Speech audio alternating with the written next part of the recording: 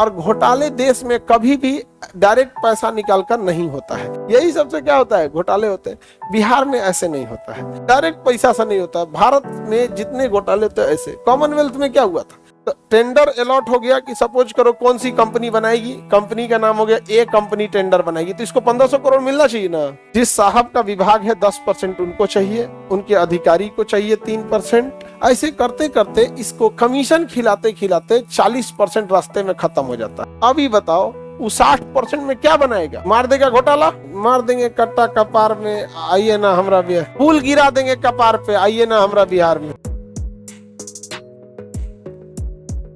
अब यहां समझो क्या है कि अगर प्राक्कलन समिति ने पैसा निकाला, प्राक्कलन समिति ने क्या निकाला पैसा, सेना को दिया 7 लाख करोड़। सेना को कितना दिया, 7 लाख करोड़ रुपया किसको दिया जाता है, सेना को दिया जाता है कि पैसा रखिए लड़िएगा हर साल। और सेना इनकम का सोर्स तो है नहीं, वो तो सेफ्टी की चीज है, सिक्योरिटी की चीज है, कोई बिजनेस थोड़ी कर रही है, तो कोई बिजनेस वगैरह तो कर नहीं रही है। 7 लाख करोड़ रुपए किसे दिया गया, सेना को। और पूरे धन की जांच कौन करेगी, लोक लेखा समिति। कौन समिति, लोक लेखा समिति। लोक मतलब पब्लिक, लेखा मतलब अकाउंट, पब्लिक अकाउंट कमिटी। ये एस्टिमेट कमिटी, ये कौन सी है, एस्टिमेट।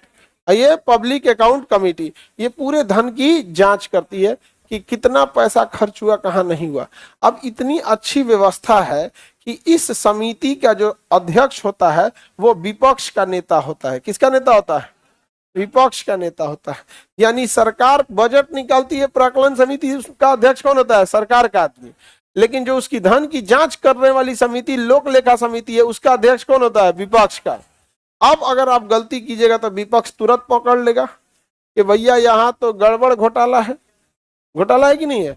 और घोटाले देश में कभी भी डायरेक्ट पैसा निकालकर नहीं होता है, घोटाला हमेशा बजट में होता है। जैसे सपोज कीजिए कि हम सबसे कहें बच्चों से कि हम आज सारे बच्चों को एक एक लड्डू खिलाएंगे। घोटाला कैसे होता है समझो ध्यान से, एक एक लड्डू खिलाएंगे। हम कहे एक काम करो भैया, लगभग हर सुबह से रात तक देख लेंगे तो 40-45 हजार बच्चे आएंगे। तो सपोज करो 40 हजार बच्चों के लिए लड्डू खिलाना है, तो हमारा एस्टिमेट हो गया 40 हजार। अब 2 जगह घोटाला होगा। सपोज करो कि उस दिन 35 हजार विद्यार्थी आया, ऑफलाइन सारा एनडीए, यूपीएससी, बीपीएससी, दरोगा टेस्ट, ये वो मिला के हर घंटे यहाँ से 5000 निकलेगा। और दिन भर में सुबह 7 बजे से 9 बजे तक बैच है।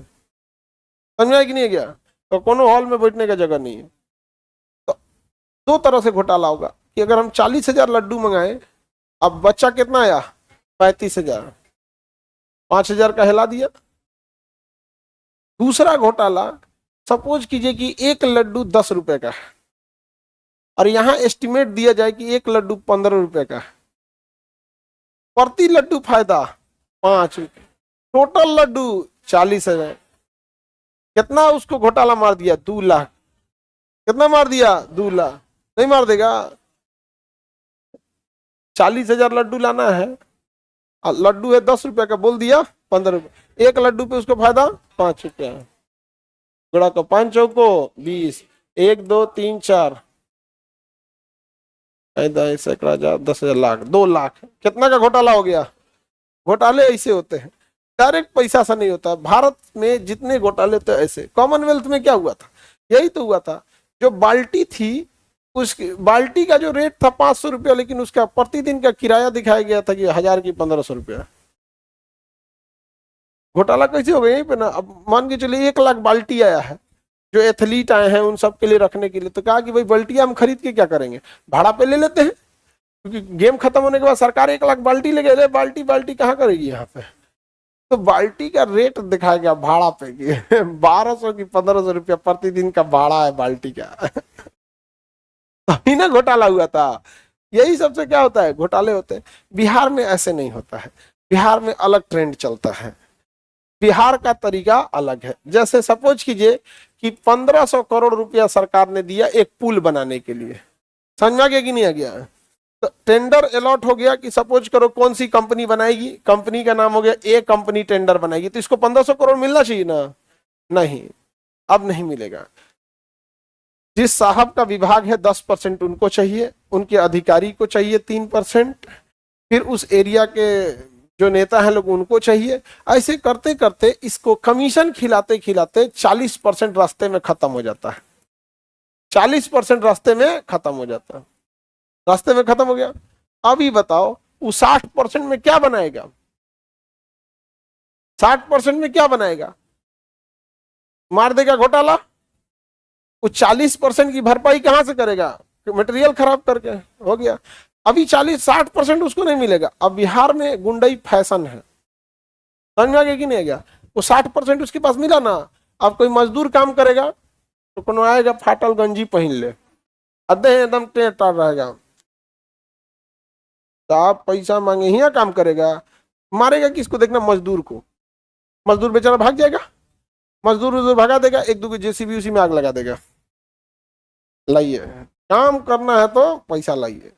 अब भाई इंजीनियर ठेकेदार उसी को ना कोई सेफ्टी दे सकता है, मजदूर को कैसे देगा? 2 दिन आप खड़ा रहेंगे, 4 दिन वहां, 4 साल काम होना है, डेली मारेगा, उसको कुछ खिलाना पिलाना पड़ेगा। वो खिला पिला के उसके पास 10% उसमें चल गया, बचा कितना? 50। लो, यही पुल गिर जाता है, यही पुल गिर जाता है, और आप गरियाते हैं उन सब। समझ आ गया कि नहीं आ गया? गिरेगा नहीं पुल, ये पक्का गिर जाएगा। तो ये अलग तरीका भी है, ये तरीका किसका है? और बाकी ये तरीका इंटरनेशनल है कि भैया हम क्वालिटी से समझौता नहीं करेंगे। 10 रुपये का, मान के चलिए 10 रुपये का सामान लगाना है तो हम 10 रुपये का ही लगाएंगे, बोल देंगे कि 15 रुपया खर्चा आया है। इसलिए घोटाले लगभग लगभग हर जगह है, लेकिन हमारे यहाँ का तरीका अलग है। समझ में आ गया? आगे बढ़े। रीजन भी है, हमारे यहाँ कुछ भी हो जाएगा, लोग अपने जात वाले को नहीं छोड़ेंगे। यहाँ कोई भी खराब इंसान, कोई क्रिमिनल है, अपराधी है, वो अपनी जाति का हीरो है फिर उसको दूसरे से कोई मतलब भी नहीं है, अपने से ही बोलते रहेगा। तो जांच बताइए, प्राक्कलन समिति की जांच कौन करता है? समझा गया? एगो गाना नहीं है, मार देंगे कट्टा कपार में, आइए ना हमरा भी, पुल गिरा देंगे कपार पे, आइए ना हमरा बिहार में।